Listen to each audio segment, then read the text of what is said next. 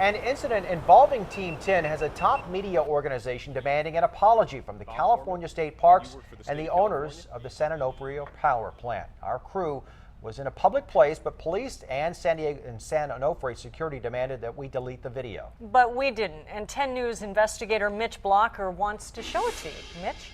Yeah, guys, we were working on a series of stories that were critical of San Onofre and its management. We were getting shots of the facility from a public state beach when police and San Onofre staff demanded that we delete our video and leave. What do you mean we're not allowed to film? As per my boss. How can you tell us we're not allowed to film on a public beach? This is Bob Warman, a state parks employee. We were here to get video of the San Onofre nuclear power plant when he stepped in and told us we were on private property. Where's the private property end? It doesn't say anything that there's private property. See that sign right there? Where? Concrete post, go read it. It says private property? Go read it. That doesn't look like a no trespassing sign to me. It says no parking, Bob. According to San Onofre spokeswoman, Bob Warman had been called by plant security. We were in the process of airing and preparing several stories about the plant, which has been idle for more than a year because of a radiation leak. Our reports revealed how nuclear experts and insiders felt restarting the plant was risky. They uncovered this picture showing plastic bags, duct tape, and broomsticks used to seal a leaky industrial pipe inside the plant.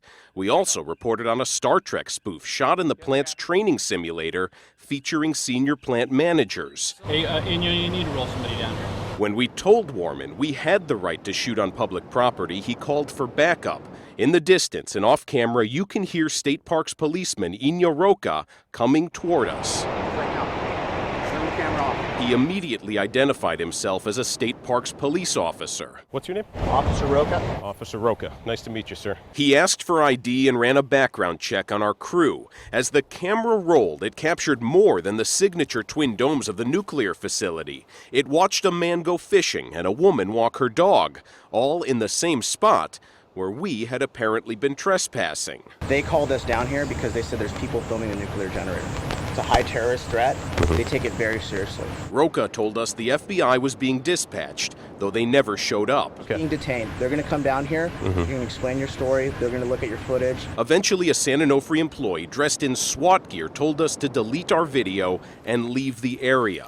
We left, but did not delete the video. If the public is allowed there, then the press is allowed there. Mickey Ostreicher is the National Press Photographers Association's lawyer. In his letter to San Onofre and the state parks, he cites the Privacy Protection Act of 1980, writing, "There are no circumstances under which law enforcement or anyone else may order the deletion of files belonging to another person."